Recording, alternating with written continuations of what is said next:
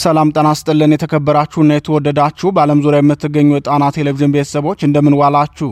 አክብሮታዊ ሰላምታችን በያላችሁበት ይድረሳችሁ እያልን የነሐሴ 5 ቀን 2018 ዓ.ም የጣና ቴሌቪዥን የምሽቱን ዜናችን እርሶቹን አስቀድመን እናስደምጣችኋለን። በመጀመሪያ ትግላችንን ከነጣቂዎች እንጠብቅ ሲል የአማራ ፋኖ ብሔራዊ ንቅናቄ ተቀዳሚ ምክትል ሊቀመንበር አርበኛ መከተው ማሞ የሰጠውን ማሳሰቢያ ይዘነዋል። አርበኛው የአማራን ትግል በርቀት እየተቆጣጠረ የሚመራ አካል እንደሌለ በመግለጽ በመስዋዕትነት ያቆምነው የአንድነት ድርጅት ከሚከፋፍሉ አካላት መጠበቅ እንደሚገባ ያቀረበው መልእክት ይዘን ቀርበናል። ይደመጣል። በሌላ በኩል ብልጽግናው በደርግ መንገድ ፋኖ በህዝባዊነቱ ቀጥለዋል። ተከታታይ ጦርነቶችን ያካሄደ ያለው የብልጽግና ስርዓት የደርግን አካሄድ እየደገመ ነው የሚለውን አስተያየት የአማራ ፋኖ በበኩሉ በቁጥጥሩ ስር ባሉ አካባቢዎች ከህዝቡ ጋር ሁለንተናዊ ውይይት እያደረገ መሆኑ ተገልጿል። እንዲሁም ጥሬ ገንዘብ ወደ ማዕከል አስገቡ የሚል መመሪያ ለባንኮች መተላለፉ ተነግሯል። ከአማራ ክልል ባንኮች ጥሬ ገንዘብ ወደ ማዕከል እንዲገባ የተሰጠው ትዕዛዝ ከመስከረም 1 በፊት ተፈጻሚ እንደሚሆን መመሪያ መሰጠቱን የብሔራዊ ባንክ ምንጮች ለጣና ቴሌቪዥን ጠቁመዋል።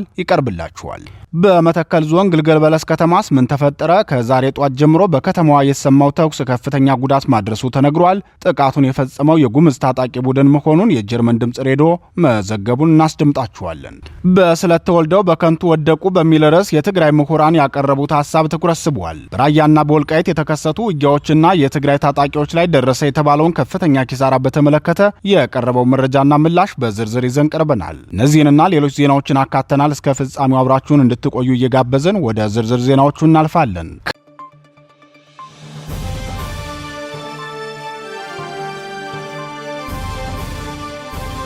አዲስ አበባ ቀጣይ የቤት ዋጋ የሚጨምርበት አካባቢ የት እንደሆነ ያውቃሉ? ብስራተ ገብርኤል፣ ሳር ቤት፣ ሜክሲኮ፣ ተክለ ሃይማኖት ወይስ መገናኛ?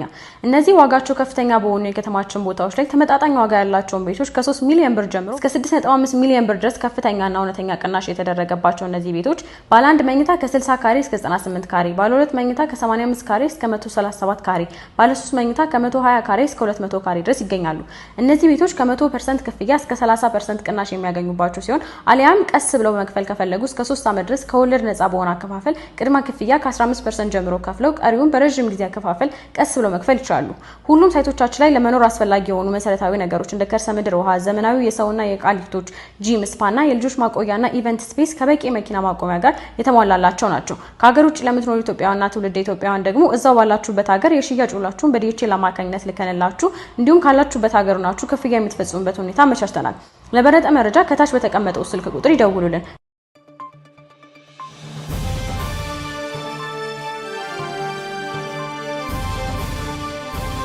ትግላችንን ከነጣቂዎች እንጠብቅ። አርበኛ መከታው የአማራ ፋኖ ብሔራዊ ንቅናቄ ተቀዳሚ ምክትል ሊቀመንበር አርበኛ መከታው ማሞ የአማራን ትግል በሪሞት እየተቆጣጠረ የሚመራው የለም፣ እንደዚህ አይነት ፍላጎት ያላቸውን ቡድኖች በጋራ ልንከላከላቸውና በመስዋዕትነት ያቆምነውን የአንድነት ድርጅታችንን ልንጠብቀው ይገባናል ሲል አሳስቧል። ፌስቡክና ቲክቶክ ስላላቸው ትግሉን በእጃቸው ያደረጉ የሚመስላቸው ሰዎች ብዙ ናቸው ሲል የተናገረው አርበኛ መከታው እኛ የመጨረሻ ትግላችንን አድርገን ጠላትን አሸንፈን ለአማራ ሕዝብ እፎይታ ልንሰጠው ይገባናል እንጂ በዚህ አጀንዳ ልንጠለፍ አይገባንም ብሏል። ታላቁ አርበኛ ለሰራዊቱ ያስተላለፈውን ወቅታዊ መልእክት ከዜናችን መጨረሻ ላይ እናቀርብላችኋለን።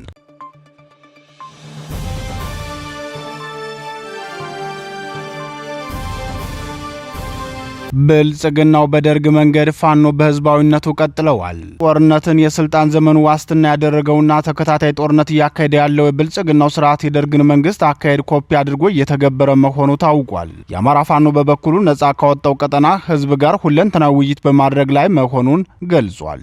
የብልጽግናው መንግስት ከሰሞኑ የሚያደርገው የአፈሳ ዘመቻ የደርግን የውድቀት ሰሞን የሚያስታውስ ነው የሚሉት አስተያየት ሰጪዎች በየከተሞቹ የአፈሳ ዘመቻውን ከመቼውም ጊዜ በላይ አጠናክሮ ቀጥሎበታል ብለዋል። በዚህ የተነሳም ወላጆች ልጆቻቸውን ካፈሳ የመጠበቅ ግዳጅ ውስጥ መግባታቸውን ተናግረዋል። አስተያየት ሰጪዎች ሲቀጥሉም ወደ ገበያ የሚመጡ ታዳጊ ወጣቶችን በየከተሞቹ እያፈሰ ወደ ውትድርና ካምፕ እየወሰዳቸው ነው። ይህ ድርጊትም የደርግን የውድቀት ሰሞን የሚያስታውስ ነው ብለዋል። ለውትድርና ሰራዊት ምልመላ የተቸገሩት የብልጽግናው ሊቀመንበር ከ120 ሚሊዮን የኢትዮጵያ ህዝብ ለውትድርና ጥሪ ሲቀርብለት እንዴት ቢያንስ 5 ሚሊዮን አይመዘገብም? የኢትዮጵያ ህዝብ ሊያስብበት ይገባል ብለው መዛታቸው አይዘነጋም። በሌላ ዜና በህዝባዊነቱና የህልውና አደጋን በመቀልበስ ሚናው ተመስጋኝ የሆነው የአማራ ፋኖ ከውጊያ በመመለስ ፖለቲካዊ ስራዎችን አጠናክሮ ቀጥሏል። በዛሬው ዕለትም የአማራ ፋኖ በጎንደርና በሸዋ ጠቅላይ ግዛቶች የሚያካሄደውን ህዝባዊ ውይይት አጠናክሮ መቀጠሉን አስታውቋል። የአማራ ፋኖ ብሔራዊ ንቅናቄ ሸዋ ጠቅላይ ግዛት አሳምነው አፄ ዘርዓ ያዕቆብ አንደኛ ኮር ነጎድጓድ ክፍለ ጦር ከአገዛዙ ጥምር ጦር በኩል የተሰነዘረውን የማፈን ሙከራ በመቀልበስ ከፍተኛ ድል አስመዝግቧል። የዙ ህዝብ ግንኙነት መምሪያ ለጣና ቴሌቪዥን በላከው መረጃ የጠላት ኃይል በዛሬው ዕለት ከማለዳው 12 ሰዓት ጀምሮ በኗሪ ከተማ እና በጅሁር አቅጣጫዎች በመንቀሳቀስ በአፄ ዘርዓ ያዕቆብ አንደኛ ኮር ነጎድጓድ ክፍለ ጦር ላይ ከበባ እና ማፈን ለመፈጸም ሞክሮ ነበር። ነገር ግን የክፍለ ጦሩ 2 ሻለቃዎች በወሰዱት የተቀናጀ ስልታዊ ማጥቃት ጠላትን ድባቅ በመምታት ከበባውን መስበር ችለዋል ብሏል። የህዝብ ግንኙነት ኃላፊው አክሎም ለማጥቃትና ለማፈን የመጣው ጠላት በነጎድጓድ ክፍለ ጦር በመልሶ ማጥቃት ከፍተኛ ሰዋዊና ቁሳዊ ኪሳራ ደርሶበታል ሲል ተናግሯል። የአማራ ፋኖ ብሔራዊ ንቅናቄ ጎንደር ጠቅላይ ግዛት በላይ ዘለቀ ዕዝ ሜጀር ጄኔራል ቫንታባት አንደኛ ኮር ጉና ክፍለ ጦር በበኩሉ ነጻ ባወጣቸው አካባቢዎች የሚያካሄደውን ህዝባዊ ውይይትና የጊዜው አስተዳደር መዋቅር ስራውን አጠናክሮ መቀጠሉን አስታውቋል። ሜጀር ጄኔራል ቫንታባት አንደኛ ኮር ጊዜው አስተዳደር ከፋርጣ ወረዳ ቋልሃ ቀበሌ ማህበረሰብ ጋር ውጤታማ ህዝባዊ ውይይት ማካሄዱን የገለጸው የዙ ህዝብ ግንኙነት መምሪያ የቀጠናው ጊዜው አስተዳደር ከፍተኛ አመራሮች በተገኙበት መድረክ ህዝባዊ አገልግሎት አሰጣጠን ይበልጥ ማሳደግ በሚቻልበት ሁኔታ ላይ ጥልቅ ምክክር መደረጉን ገልጿል። በተጨማሪም በስራ ላይ ባለው የሲቪል አደረጃጀት ውስጥ የሚታዩ ጠንካራና ደካማ ጎኖች የተገመገሙ መሆኑን አስታውቆ የህልውና ትግሉን የመጨረሻ ግብ ለማሳካት የህዝቡ አደረጃጀትና ደጀንነት ሊይዘው በሚገባው ቁመና ላይ ያተኮሩ አንኳር ጉዳዮች ተዳስሰዋል። በውይይቱ ወቅት የአካባቢው ማህበረሰብ በሁለቱ እዞች ውህደት የታየውን አዎንታዊ አንድነትና ጠንካራ ቁመና ድንቆ የተፈጠረው ውህደት ለቀጠናው ዘላቂ ሰላምና ፍትህ መረጋገጥ ትልቅ መሰረት መጣሉን የገለጹት ተሳታፊዎቹ በቀጣይም አንድ ጠላት ላይ በመዝመት የጠላትን አከርካሪ ለመስበር ትልቅ አቅም ነው ሲሉ አስተያየት መስጠታቸውን የህዝብ ግንኙነት መምሪያው አስታውቋል። በእናንተ መከፋፈል ከባድ ዋጋ ስንከፍል ቆይተናል ሲሉ የተናገሩት ተሰብሳቢዎቹ ይህ ውህደት በየደረጃው ለሚገኙ የጊዜያዊ የፍትህ አካላት አሰራር መቃናትና ማህበረሰቡ ሙሉ የፍትህ አገልግሎት እንዲያገኝ መንገድ የሚከፍት ነው። የአካባቢውን አስተዳደራዊና ወታደራዊ አቅም በእጅጉ እንደሚያጠናክረው እናምናለን ሲሉ ተናግረዋል። ይህ በእንዲህ እንዳለ በዚሁ ጎንደር ጠቅላይ ግዛት በላይ ዘለቀ ዕዝ ስር የሚገኙት 2 ኮሮች ማለትም 204ኛ አስቻለው ደሴና ዳግማዊ ቴዎድሮስ 5ኛ ኮር አመራሮችና የሰራዊት አባላት ባካሄዱት ውይይት በቅርቡ የተመሰረተውን የጎንደር አንድነት እንደሚያስጠብቁ ቃል ገብተዋል። አሸናፊነታችን ያለው አንድነታችን ላይ ነው ሲሉ የተናገሩት የሁለቱ ኮሮች አመራሮችና የሰራዊቱ አባላት ቀደም ሲል ተለያይተው ትግል ማድረጋቸው በጸረ አንድነት ግለሰቦችና አንጃ ፈጣሪዎች በሚፈጥሩት ውዥንብር ቅንጅታዊ የውጊያ አውዳቸው መልካም አለመሆኑን አስታውሰዋል። ያለፉትን አሉታዊ ሂደቶችን በመቀየር በተቋሙ ሕግና ስርዓት ለመመራትና ለመታገል የጋራ መግባባትና መተማመን ላይ መድረሳቸውንም ተናግረዋል። የሁለቱም ኮሮች አባላትና አመራሮች በብዙ መስዋዕትነት የተገነባና ለሁሉም ታጋዮች መጠለያና መከታ የሚሆን የጋራ ቤታቸው ነው ሲሉ የጎንደርን አንድነት ገልጸው ይህን እውነታ በመቀበል ያለፈውን ቂምና ቁርሾ በይቅርታና በአዲስ ምዕራፍ በመተካት ለቀጣይ የትግል ምዕራፍ ስንቅ የሆነን ዘንድ ወስነናል። ከአንድነት ውጭ የሚደረግ ማንኛውም እንቅስቃሴ ለህዝቡም ሆነ ለራሱ ለታጋዩ የሚሰጠው አዎንታዊ ውጤት የለም። ያለፍንበትን ኋላ ቀር የትግል ስልትን በማቆም የህዝባችንን መከራ ማሳጠር እንዳለብን በቁጭት ተነስተናል ሲሉ መናገራቸውን የጎንደር ጠቅላይ ግዛት በላይ ዕዝ ህዝብ ግንኙነት መምሪያ ተናግሯል። ስለሆነም በግል ጥቅም በራስ ወዳድነትና በቡድንተኝነት ላይ የተመሰረተ አካሄድ የትግላችን ዓላማ ስለሚያስትና ተቋማዊ አሰራርን ስለሚያዳክም ከእንደዚህ አይነት ድርጊቶች በፍጥነት መላቀቅ እንደሚገባ በውይይቱ ስምምነት ላይ ተደርሶበታል። በአጠቃላይ በተለያዩ ዥንብሮችና የመረጃ ክፍተቶች ከወንድሞቻቸው ተነጥለው የግለሰብና የቡድን ፍላጎት ማስፈጸሚያ በመሆን ተነጥለው እየተጓዙ ያሉ ወንድሞች የተገነባው የጋራ ቤታችን ነውና ተቋማዊ በሆነ መልኩ ጥያቄያቸውን ማቅረብና ተገቢ ምላሽ መጠበቅ የታጋይ አንዱ ግዴታ መሆኑን በመረዳት እንዲመለሱ እናሳስባለን ብለዋል።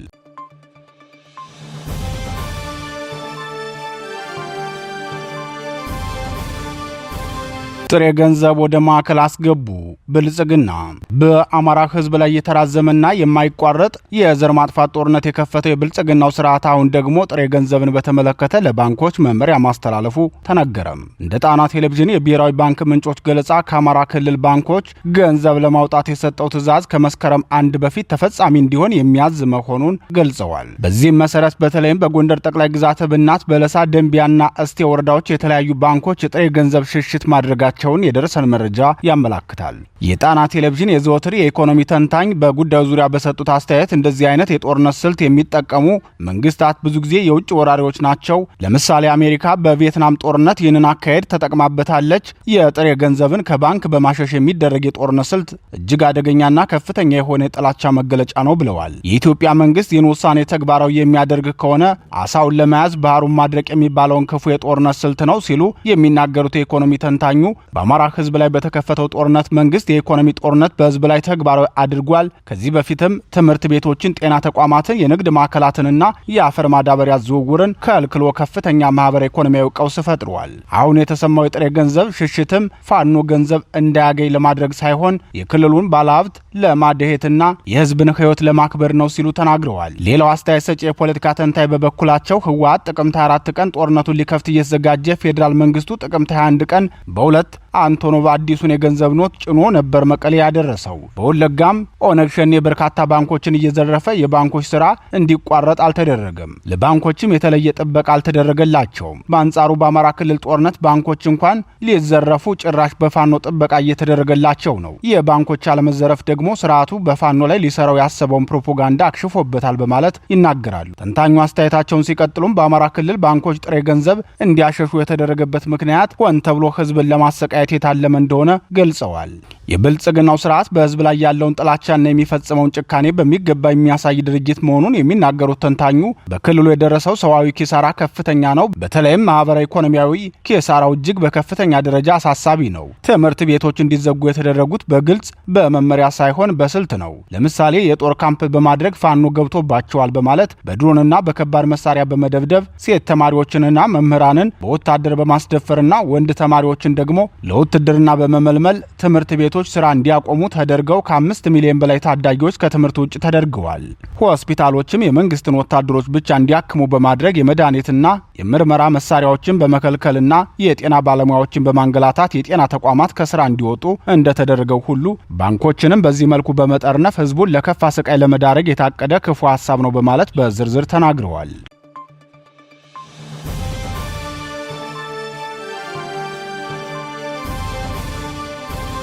በስለት ተወልደው በከንቱ ወደቁ።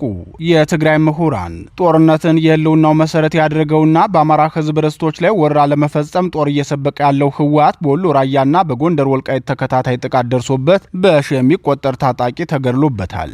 ሆኖም ይህንን ከፍተኛ የታጣቂዎችን እልቂት ለመደበቅ ህወሓት ጥረት ቢያደርግም ሊሳካለት አልቻለም። የትግራይ ተወላጅ ምሁራን፣ አክቲቪስቶችና ፖለቲከኞች ሳይቀሩ በህወሓት ያልተቋረጠ የጦርነት ጉዞ ምክንያት በትግራይ ክልል እየደረሰ ያለው ቀውስ አስከፊ እንደሆነ ተናግረዋል። ህወሓት ከሽንፈትና በትግራይ ልጆች ደም ከመጫወት ውጭ ምንም አይነት ውጤት እንደማያመጣ የታወቀ ነው። የሚገርመው እኛ የትግራይ ምሁራን የህወሓትን ስህተትና የእልቂት ጉዞ እየተችን ባለንበት ሰዓት ከአማራ ብሔር የተገኙ ደጋፊዎቹ ህወሓትን አይዞ በርታ እያሉ ሲደግፉት ማየታችን ነው። ለምሳሌ ትናንት ራያ ላይ ከ370 በላይ የአርሚ 26 አባላት ተገድለው ሲቀበሩ እያየን የአማራ አክቲቪስቶችና ጋዜጠኞች ግን የተገደሉት 10 እና 15 ብቻ ናቸው እያሉ ሲዘግቡ አይተናል። እውነት ለመናገር ይህ ድርጅታቸው በድሃ የትግራይ እናቶች ሐዘን ላይ መሳለቅ ነው በማለት ተናግረዋል።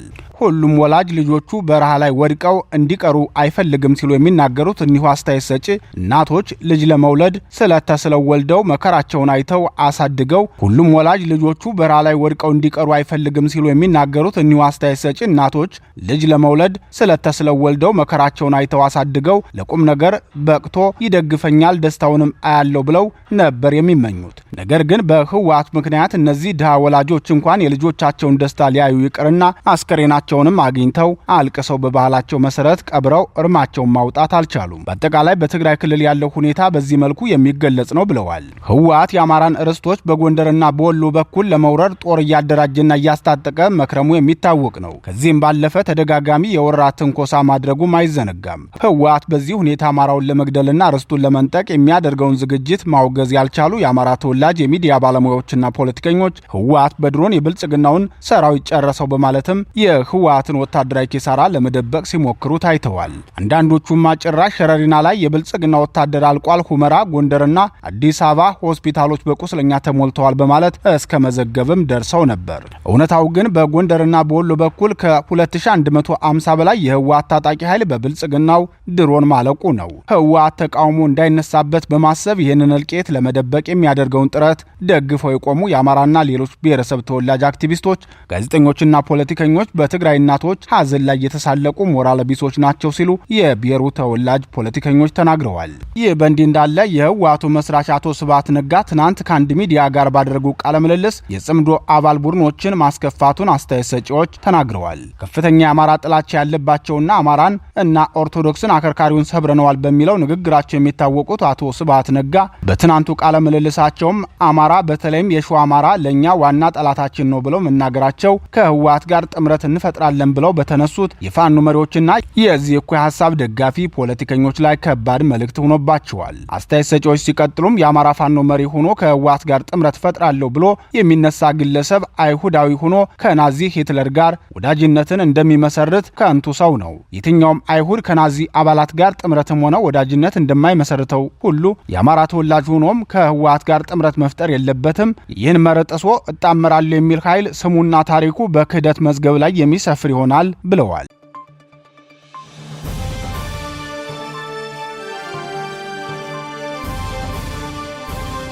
በመተከል የተፈጠረው ምንድን ነው? በቀድሞ የጎጃም ጠቅላይ ግዛትና በአሁኑ ቤንሻንጉል ጉሙዝ ክልል መተከል ዞን ግልገል በለስ ከተማ ዛሬ ከጧት ጀምሮ በተፈጠረ ተኩስ ከፍተኛ ጉዳት መድረሱ ታውቋል። ጥቃቱን የከፈተው በተደጋጋሚ ጊዜ የአማራን ህዝብ በመጨፍጨፍ የሚታወቀው የጉምዝ አማጺ መሆኑን የጀርመን ድምፅ ሬዲዮ ዘግቧል። ግልገል በለስ ከተማ በተከፈተው ተኩስም ከፍተኛ ቁጥር ያላቸው የአማራ ተወላጆች ተለይተው ጥቃት እንደደረሰባቸው የሚናገሩት የጣና ቴሌቪዥን ምንጮች ከ10 በላይ ንጹሐን መገደላቸውን የተለያዩ መገናኛ ብዙሃን ዘግበዋል። ጥቃቱ የተከፈተው በከተማዋ የአውቶቡስ መናሪያ አካባቢ መሆኑን የዘገበው የጀርመን ድምፅ ሬዲዮ በርካቶች ተጎድተው ወደ ሆስፒታል ተወስደዋል። ጥቃቱ ከንጋቱ 12 ሰዓት የተከፈተው በጉምዝ አማጽያን አማካኝነት ነው ብለዋል። የደረሰውን ጥቃት አስመልክቶ አስተያየታቸውን ያደረሱን የከተማዋ ነዋሪዎች በበኩላቸው በተደጋጋሚ ጊዜ እንደሚያደርጉት ዛሬም አማጺዎቹ ወደ ከተማው እንደገቡ በአማራ ተወላጆች ላይ ነው ጥቃት የከፈቱት። በተለይም ከተገደሉት መካከል የመተከል አማራ ማንነት ኮሚቴ ውስጥ የሚሳተፉ ግለሰቦችም ይገኙበታል። ከዚህ አንጻር የጥቃቱ ኢላማ የአማራ ተወላጆችን ማጽዳት እንደሆነ ግልጽ ነው ሲሉ ተናግረዋል። የመተከል አማራ ህዝብ በህወሓት አማካኝነት ወደ ቤንሻንጉል ጉሙዝ ክልል ከተካለለበት ጊዜ ጀምሮ ወደ አማራ ክልል እንዲካለልና የአማራ ማንነቱም እንዲከበር ያለሰለሰ ትግል ሲያደርግ መቆየቱ ይታወሳል። በተደጋጋሚ ጊዜ ለጣና ቴሌቪዥን በሰጡት አስተያየትም ማንነታችንን ለማስከበርና በአማራ ክልል ስር አስተዳደሩ እንዲካለል የምናደርገውን ትግል የሚደግፍልን ኃይል ስንፈልግ ቆይተናል። ጄኔራል አሳምነው በነበረበት ወቅት ጥያቄያችን እንደሚመለስልን ተስፋ አድርገን ነበር። የጉምዝ ታጣቂ ጥቃትም ሆነ የክልሉ መንግስት ጭቆና በመጠኑም ቢሆን ቀንሶልን የነበረ ቢሆንም ያለፉትን 7 ዓመታት ያለፍንበት ያለው ህይወት ግን እጅግ ፈታኝና መራራ ሆኖብናል። እኛም እንደ ወልቃይት ጠገዴ አማራ ወንድሞቻችን የነጻነትን አየር መተንፈስ እንፈልጋለን በማለት መናገራቸው አይዘነጋም። ሆኖም ይህንን የህዝቡን የአማራ ማንነት ጥያቄን ተቀብሎ የሚያታግል ድርጅት አለማግኘታቸው እንደሚያሳስባቸው ገልጸዋል። ዛሬ ግልገል በለስ ላይ ከተገደሉት ከ10 በላይ ንጹሃን መካከል ለአማራ ማንነታቸው ሲታገሉ ከነበሩት ወገኖች መካከል የነበሩ እንዳሉበት የደረሰን መረጃ ያመላክታል።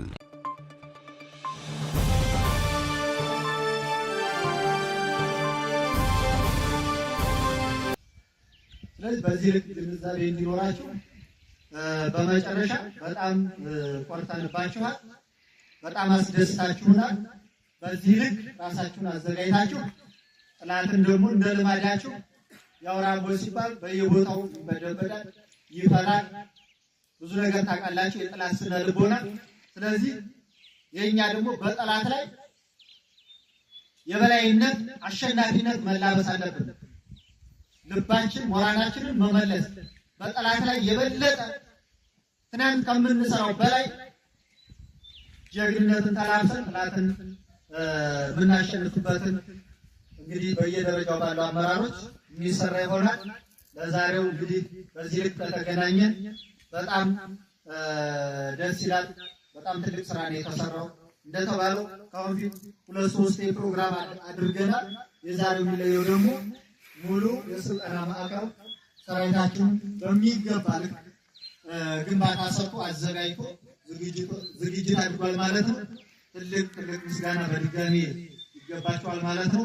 በበኩሌ ያለኝ ነው። አመሰግናለሁ። የአፋቢ ተቀዳሚ ሊቀመንበር አርበኛ መከታው ማሞን በጣም እናመሰግናለን።